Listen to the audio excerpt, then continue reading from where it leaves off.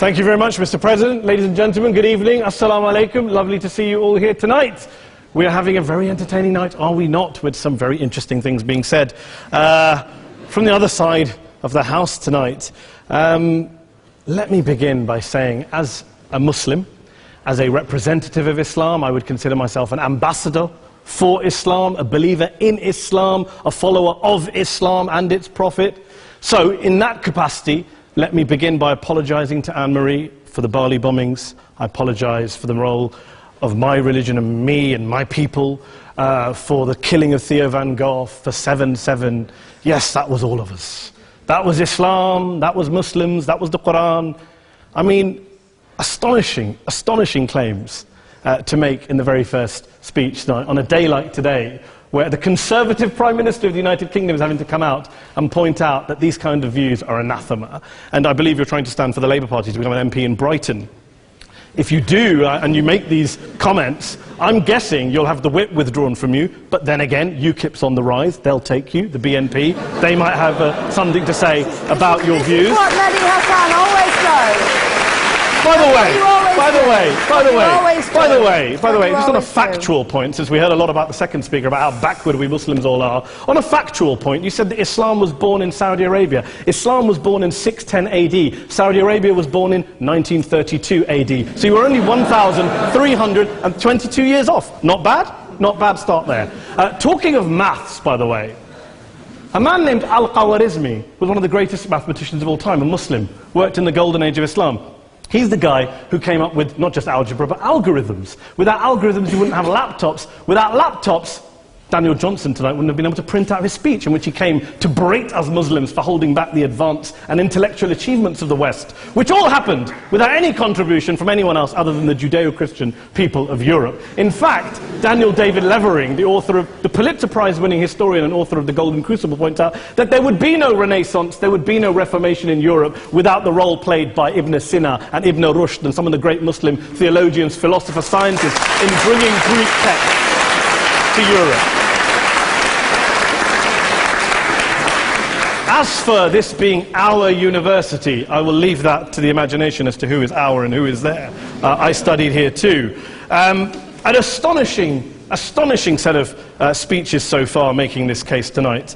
A mixture of just cherry-picked quotes, facts and figures, self-serving, selective, a farrago of distortions, misrepresentations, misinterpretations, misquotations. Daniel talked about my article in the New Statesman, which got me a lot of flack, where I talked about the anti-Semitism that is prevalent in some parts of the Muslim community, which indeed it is. Of course, I didn't say in that piece that it was caused by the religion of Islam. In fact, modern anti-Semitism in the Middle East was imported from, finish the sentence, Christian, Judeo-Christian Europe, where I believe some certainly bad things happened to the Jewish people. In fact, Tom Friedman, Jewish-American columnist in the New York Times, told me in this very chamber last week that he believed, had Muslims been running Europe in the 1940s, 6 million extra Jews would still be alive today. So I'm not going to take lessons in anti-Semitism from someone who's here to defend the Judeo-Christian values of a continent that murdered 6 million Jews. Moving swiftly on. Yes. Absolutely. Well, I'm about to make that point. No, I'm about to make that point. You're right. I agree with you. I agree with you 110%. That is my point. I don't think Europe is evil or bad. I'm a very proud European. I don't want to judge Europe on that basis, but if we're going to play this gutter game where we pull out the Bali bombing and we pull out examples of anti-Semitism in the Islamic community, then of course I'm going to come back and say, well, hold on. I mean, look, let's be very clear. Daniel here was a last-minute replacement for Douglas Murray, who had to pull out. And Douglas and I have a well-documented differences, but to be fair to Douglas, as to be fair to Anne-Marie and to Peter, atheists. Atheists see all religions as evil, violent, threatening. What the problem I have with Daniel's speech is that Daniel comes here to mount this robust defense of Christianity, forgetting that his fellow Christians, people who said they were acting in the name of Jesus, gave us the Crusades, the Spanish Inquisition, the anti-Jewish pogroms, European colonialism in Africa and Asia, the Lord's Resistance Army in Uganda, not to mention countless arson and bomb attacks on abortion clinics in the United States of America to this very day. I would like a little bit of humility from Daniel first before he begins lecturing other communities and other faiths on violence, terror and intolerance. But, no thank you. Some water. But I would say this, to address the gentleman's very valid point here, I'm not going to play that game. I don't actually believe that Christianity is a religion of violence and hate because of what the LRA does in Uganda or what Crusaders did to Jews and Muslims in Jerusalem when they took back the city in the 12th or 13th or whatever century it was. I believe that Christianity, like Islam, like pretty much every mainstream religion, is based on love and compassion and faith. I do follow a religion in which 113 out of the 114 chapters of the Quran begins by introducing the God of Islam as a God of mercy and compassion. I would not have it any other way. I don't follow a religion which introduces my God to me as a God of war, as some kind of Greek God of wrath, as a God of hate and injustice. Not at all. As Adam pointed out, you go through the Quran and you see the mercy and the love and the justice. And yes, you have verses that refer to warfare and violence. Of course it does. This is not a motion about pacifism. I'm not here to argue that Islam is a pacifistic faith. It is not. Islam allows military action, violence in certain limited contexts. And yes, a minority of Muslims do take it out of that context. But is it religious? We talked about Woolwich. Daniel and Anne-Marie have suggested that it's definitely religion that's behind all of this. Well, actually, what I find so amusing tonight is we're having a debate about Islam. And the opposition tonight have come forward. We have a graduate in law, a graduate in modern history, a graduate in chemistry. And, you know, I admire all of their intellects and their abilities, but we don't have anyone who's actually an expert on Islam, a scholar of Islam, a historian of Islam, a speaker of Arabic, even a terrorism expert or a security expert or a pollster, let alone to talk about what Muslims believe or think. Instead, we have people coming here, putting forward these views, putting forward these sweeping opinions. Listen to Professor Robert Pape of the University of Chicago, one of America's leading terrorism experts, who, unlike our esteemed opposition tonight, studied every single case of suicide terrorism between 1980 and 2005, 315 cases in total. And he concluded, and I quote, "There is little connection between suicide terrorism and Islamic fundamentalism or any of the world's religions. Rather, what nearly all suicide terrorist attacks have in common is a specific secular and strategic goal to compel modern democracies to withdraw military forces from territory that the terrorists consider to be their homeland." And the irony is, when we talk about terrorism, the irony is that the opposition and the Muslim terrorists, the Al-Qaeda types, actually have one thing in common. Because they both believe that Islam is a warlike, violent religion. They both agree on that. They have everything in common. Osama bin Laden would be nodding along to everything he's heard tonight from the opposition side. He agrees with them. The problem is that mainstream Muslims don't. The majority of Muslims around the world don't. In fact, a gentleman here started quoting all sorts of polls. Gallup carried out the biggest poll of Muslims around the world, of 50,000 Muslims in 35 countries. 93% of Muslims rejected 9/11 and suicide attacks. And of the 7% who didn't, they all, when polled and focus grouped, cited political reasons for their support for violence, not religious reasons. And as for Islamic scholars and what they say, well, Daniel talks about our University of Oxford. We'll go down to Oxford Centre for Islamic Studies, get hold of a man named Sheikh Afifi al-Akiti, who is a massively well-credentialed and well-respected Islamic scholar, who has studied across the world, who in the days after 7/7 published a fatwa denouncing terrorism in the name of Islam, calling for the protection of all non-combatants at all times, and describing suicide bombings as an innovation with no basis in Islamic law. Go and listen to Sheikh Tahir al-Qadri, one of Pakistan's most famous Islamic scholars, who published a 600-page fatwa condemning the killing of all innocents and all suicide bombings unconditionally without any ifs or buts.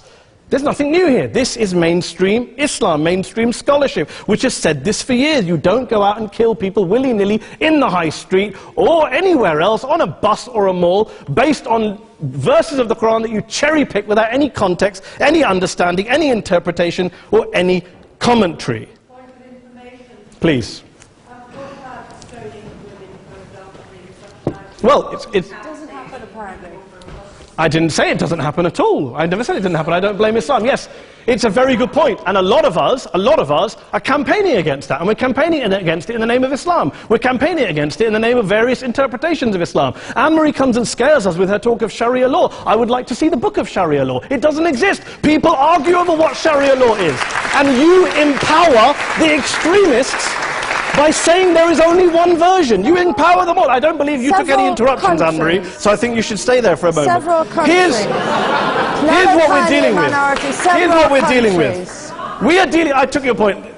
Here we are dealing with a 1400-year-old global religion, followed by 1.6 billion people in every corner of the world, a quarter of humanity, of all backgrounds, cultures, ethnicities, and yet the opposition tonight wants to generalize, stereotype, smear, in order to desperately win this debate. And here's my question, if we're going to generalize and smear. If, okay, people say yesterday's bombers, and we've got to be careful, there's a trial going on, were yesterday's attackers, motivated by Islam? Big debate. I don't believe they were. Let's say they were. Let's say Faisal Shahzad, the Times Square bomber, was motivated by Islam. Let's assume, for sake of argument, that Richard Reeves, the shoe bomber, was motivated by Islam. If Islam is responsible for these killings, if Islam is what is motivating these people, and Islam is therefore not a religion of peace, a religion of war, then ask yourself this question: why aren't the rest of us doing it? Why is it such a tiny minority of Muslims are interpreting their religion in the way that the opposition claim they are? Let's assume there are 16,000 suicide bombers in the world. There aren't. Let's assume there are for the sake of argument. That's 0.001% of the Muslim population globally. What about the other 99.99% of Muslims who the opposition tonight either ignore or smear? The reality is that the rest of us aren't blowing ourselves up tonight. The reality is that the opposition came here tonight not worried about the fact that me and Adam might pull open our jackets and blow ourselves up tonight because we're followers of a warlike warrior religion which wants to take over Europe and Daniel's university. The issue is this. The issue is this. Unless the opposition can tell us tonight, and Peter Atkins is here, one of our great atheist intellectuals, can tell us tonight, can answer this question tonight: why don't the vast majority of Muslims around the world behave as violently and aggressively as a tiny minority of politically motivated extremists? Then they might as well give up and stop pretending they have anything relevant to say about Islam or Muslims as a whole. Ladies and gentlemen, let me just say this to you. Think about what the opposite of this motion is. If you vote no tonight, think about what you're saying the opposite of this motion is. That Islam isn't a religion of peace, it's a religion of war, of violence, of terror, of aggression. That the people who follow Islam, me, my wife, my retired parents, my 6-year-old child, that 1.8 million of your fellow British residents and citizens, that 1.6 billion people across the world, your fellow human beings, are all followers, promoters, believers in a religion of violence. Do you really think that? Do you really believe that to be the case? They say that in the Oxford Union, the most famous debate was in 1933, when Adolf Hitler looked out for the result of the King and Country motion, where they voted against fighting for King and Country, and Hitler was listening out for the result. Well, tonight, 80 years on, there are two groups of people around the world who I would argue are waiting for the result of tonight's vote. There are the millions of peaceful, non-violent, law-abiding Muslims both in the UK, Europe, Asia, Africa and beyond, who see Islam as the source of their identity, as a source of spiritual fulfillment, of hope, of solace. And there are the phobes, the haters, the bigots out there who want to push the clash of civilizations, who want to divide all of us into them and us and ours and their. Ladies and gentlemen, I urge you all not to fuel the arguments of the phobes and bigots. Don't legitimize their divisions. Don't legitimize their hate. Trust those Muslims who you know, who you've met, who you hear, who don't believe in violence, who do want you to hear the peaceful message of the Quran as they believe it to be taught to the majority of Muslims, the Islam of peace and compassion and mercy, the Islam of the Quran, not of Al-Qaeda. Ladies and gentlemen, I beg to propose this motion to the House. I urge you to vote yes tonight. Thank you very much for your time.